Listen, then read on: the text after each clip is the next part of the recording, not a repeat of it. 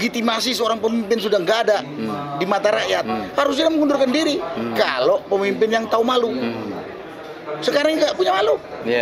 Sudah disuruh turun, disuruh gini, masih malah Senak perutnya mau memperpanjang masa jabatannya. Ini kan namanya makar. Nah kalau dia mau makar, rakyat juga boleh kan makar.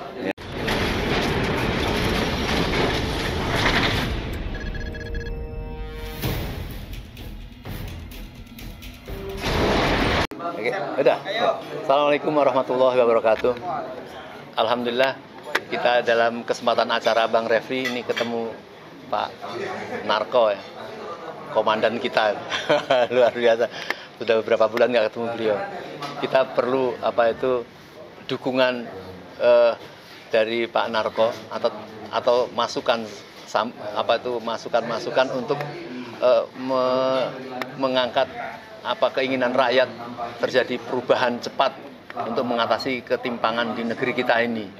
Ya memang kita mungkin tidak menyebut siapa, tetapi dari Pak Narko penting sekali semangat untuk bagaimana perubahan akan dilakukan sebaiknya terhadap ini. Assalamualaikum warahmatullahi wabarakatuh. Waalaikumsalam. Makasih Pak Mursalin. Kalau menurut saya kondisi bangsa ini, kondisi negara ini sedang tidak baik-baik saja, sedang morat-marit. Mau dari sisi ekonomi, hukum dan politik. Karena itu sangat perlu adanya perubahan cepat untuk memperbaiki kondisi saat ini. Sebenarnya legitimasi pemerintah sekarang ini udah nggak ada di mata rakyat, kecuali di mata buzzer, kecuali di mata buzzer-buzzer peliharaan mereka. Dan memang setahu saya sejak saya hidup di negara ini, pemerintah yang memelihara buzzer untuk memecah belah rakyat ya baru di rejim pemerintahan ini.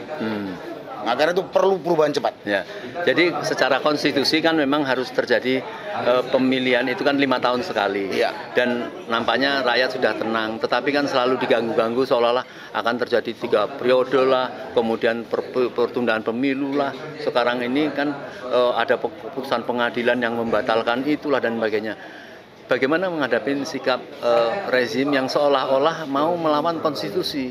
Untuk penundaan pemilu itu kan melanggar konstitusi, Pak. Bagaimana sikap rakyat sebaiknya menanggapi ini, Pak? Kalau saya sebagai rakyat mau mengajak rakyat melawan pemerintah yang mau melakukan perubahan terhadap konstitusi. Kalau dia mau menunda, saya juga dengan teman-teman boleh kan punya hak mengajukan, ajukan. Dan saya ingat kata-kata Mahfud MD sebelum dia jadi menteri. Kata Mahfud itu boleh diingat. Kalau legitimasi seorang pemimpin sudah nggak ada di mata rakyat, harusnya mengundurkan diri.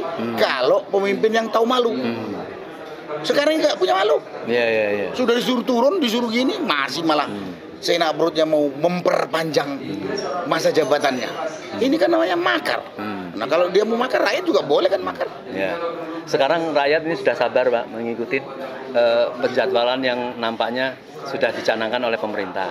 Tetapi di balik itu seolah-olah kan masih tetap seolah nggak puas, tetap mau. Bahkan saat itu saya mendengar bahwa keputusan dari pemerintah akan dilakukan tetap penundaan seperti itu. Padahal kalau penundaan seperti itu kan ada kekosongan, Pak, kekosongan presiden. Kan itu inkonstitusional. Kalau saya ngikut banyak pakar dan juga saya punya pendapat. Lebih waktu masa kepresiden Jokowi waktunya, setelah itu berarti ada kekosongan, rakyat boleh menentukan siapa orang. Jadi lebih harusnya turun di hari ini nggak turun, berarti itu sudah bukan kekuasaan dia. Jadi rakyat boleh ambil. Penggunaan civil society ini tepat dilakukan pada benar. Karena media mainstream udah nggak bisa dipercaya. Jadi media-media sosial ini harus bagaimana kita melakukan edukasi kepada rakyat supaya rakyat ngerti terhadap haknya yang udah dijolimin itu. Kalau rakyat sudah dijolimi ini artinya punya hak untuk melakukan sikap karena secara konstitusi mereka sudah tidak mematuhi itu, Pak, ya. Boleh. Itu hak kita kan. Orang mereka itu duduk juga atas mandat kita kok. Kalau kita sudah menarik mandat kita di luar batasan yang itu kan boleh dong. Kan mau dia saja mau memperpanjang kayak dia punya negara aja. Gitu. Jadi sementara pokoknya rakyat bersabar, seolah-olah memang pokoknya harus terjadi pilpres. Begitu ada pengumuman, kemudian melakukan perpanjangan, di situ boleh memulai rakyat boleh melawan. Untuk menunjuk pemimpin yang dikehendaki oleh rakyat. Dia sudah nggak punya hak lagi. Begitu. Kalau menurut saya gitu. Terima kasih Pak Sunarko. Ya, Pak Sunarko adalah termasuk penasehat rakyat ini ya. Beliau ini ada mantan kepala Kopassus Pak ya. Mantan Danjen Kopassus. Mantan Danjen Kopassus yang dekat sekali dengan rakyat, selalu bersama-sama kita rapat, dan beliau menegaskan ya, kalau terjadi memang pelanggaran konstitusi dengan memaksa, sampai ada yang mengatakan itu namanya teroris konstitusional. Tentu rakyat boleh melakukan perlawanan dengan dalih yaitu social society, dan itu diatur juga di dalam undang-undang. Maka kami ingatkan penguasa harus tetap melakukan keinginan rakyat untuk melakukan pemilu, supaya kita pada tahun 2024 betul-betul sudah mengganti presiden, karena tidak bisa diperpanjang apapun presiden yang lama. Saya kira itu Pak ya. Semoga Indonesia bisa terselamatkan dengan hiruk pikuknya keadaan di Indonesia yang sedang tidak baik-baik saja, kata beliau. Assalamualaikum warahmatullahi wabarakatuh. Waalaikumsalam.